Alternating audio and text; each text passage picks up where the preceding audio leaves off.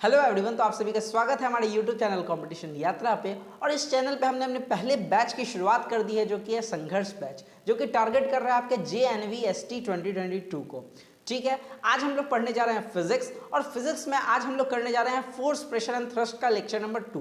आज के लेक्चर में हम लोग जानेंगे यूनिट्स ऑफ फोर्स के बारे में, मतलब फोर्स को किस चीज़ में नापा जाता है इसके बारे में हम लोग जानेंगे। इससे प्रीवियस लेक्चर में, मतलब फोर्स, प्रेशर एंड थ्रस्ट का लेक्चर नंबर 1 में हमने जाना था फोर्स क्या होता है और फोर्स के इफेक्ट्स के बारे में। अगर आपने अभी तक उस वीडियो को नहीं देखा है तो हमारे चैनल पे जाकर उस वीडियो को आप एकदम फ्रीली देख सकते हैं।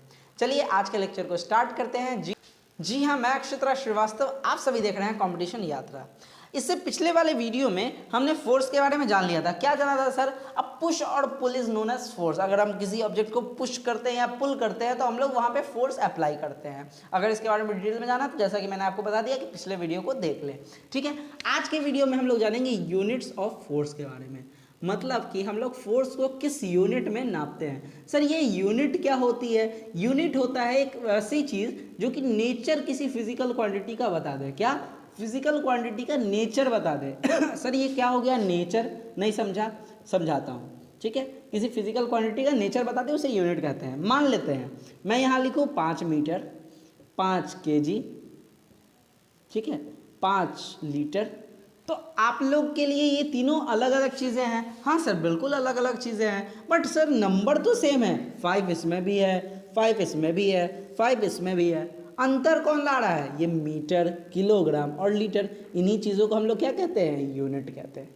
क्या कहते हैं? इन चीज़ों को यूनिट कहते हैं। और ये सर नेचर कैसे बता रही है? अगर मैं मीटर बोलूँ तो आपके दिमाग में आ गया होगा कि ये चीज़ क्या है? लेंथ है।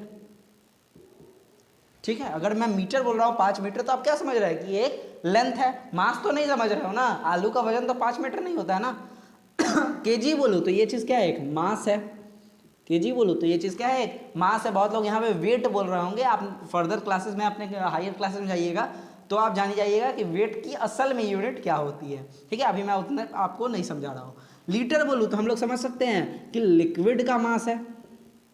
ठीक है, ये क्या है? लिक्विड का मास है। मतलब इन तीनों चीज़ों में अंतर कौन पैदा कर रहा है? यूनिट पैदा कर रहा है। मीटर, केजी और लीटर पैदा कर रहा है। इन्हीं चीज़ों को हम लोग यूनिट कहते हैं। और यूनिट क्या होती है? जो किसी फिजिकल क्वांटिटी का नेचर बता दे। हम लोग 5 मीटर बोले तो लेंथ समझ में आ रहा है, किलोग्राम बोले तो मास समझ में आ रहा है, लीटर बोले तो लिक्विड मास समझ में आ रहा है। इन्हीं चीज़ों को हम लोग क्या कहते हैं? यूनिट कहते हैं। तो वैसे फोर्स की यूनिट क्या होती है? सॉरी, वैसे फोर्स की यूनिट क्या होती है? तो SI unit of force is Newton. What? Newton.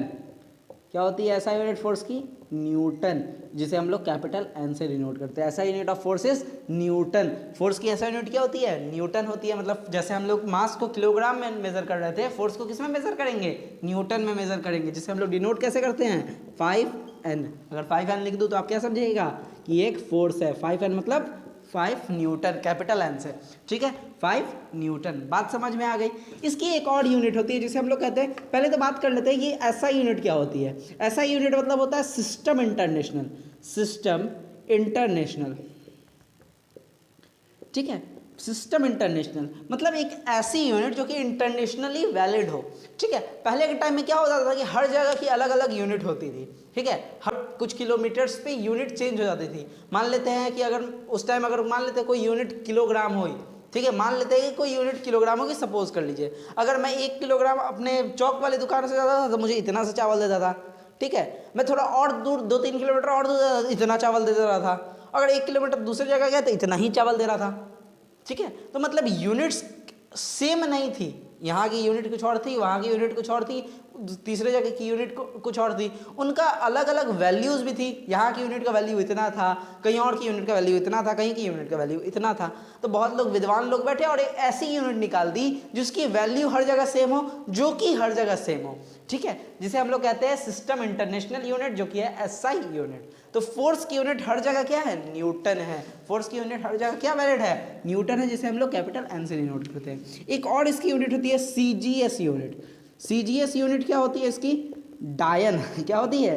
डायन। सर ये क्या बताना है? यस, CGS यूनिट फोर्स की क्या होती है? डायन। डायन DYNE डायन, ठीक है। फोर्स की सीजीएस यूनिट क्या होती है? डायन। सीजीएस मतलब होता है सेंटीग्राम सेकंड। अभी आप लोग इन चीज़ों को रट लीजिए केवल और केवल। मैं सर आप रटने के लिए बोल रहे हैं? हाँ बिल्कुल, ये चीज़ों को आपको हायर क्लास में समझना है कि सीजीएस क्या होता है, एमकेएस क्या होता है। इन चीज़ों के बारे में आप उतना दिमाग नहीं रखिए, आप लोग टारगेट कीजिए अपने एग्जाम्स को, ठीक है। तो सीजीएस यूनिट इसकी क्या होती है? डायन होती है। सर क्या इनके बीच कोई रिलेशन होता है? हाँ बिल्कुल होता है। 1 न्यूटन इज इक्वल्स टू 10 का पावर 5 डायन। 1 न्यूटन इज इक्वल्स टू 10 का पावर 5 डायन। इसी पे मुझे एक बहुत बेहतरीन जोक याद आ रहा है, मैं आपको हो सकता है सुना दूँ। चलिए, एक जोक क्या था कि एक बार न्यूटन की वाइफ ने उनसे पूछा कि हाउ एम आई लुकिंग, ठीक है, मैं कैसी लग रही हूँ, हाउ एम आई लुकिंग। तो न्यूटन का जवाब था, you are looking 1 Newton, you are looking 1 Newton. तो वाइफ खुश हो गई, उसे समझ में नहीं आया, बट न्यूटन का तात्पर्य क्या था? 10 का पावर 5 डायन। न्यूटन का कहने का मतलब था उसकी वाइफ कैसी लग रही थी? 10 के पावर 5 डायन के इक्वल लग रही थी। समझ में आया? जोक्स अपार्ट, ये चीज़ें आपको बहुत हेल्प देंगी कि 1 न्यूटन इज इक्वल्स टू 10 का पावर 5 डायन, इसकी एसआई यूनिट क्या होती है, इसकी सीजीएस यूनिट क्या होती है। यूनिट भी समझ में आ गया होगी, यूनिट क्या होता है, ठीक है। चलिए आज के लेक्चर को यहीं पर करते हैं समाप्त। तब तक के लिए पढ़ाई करते रहे। All the very best.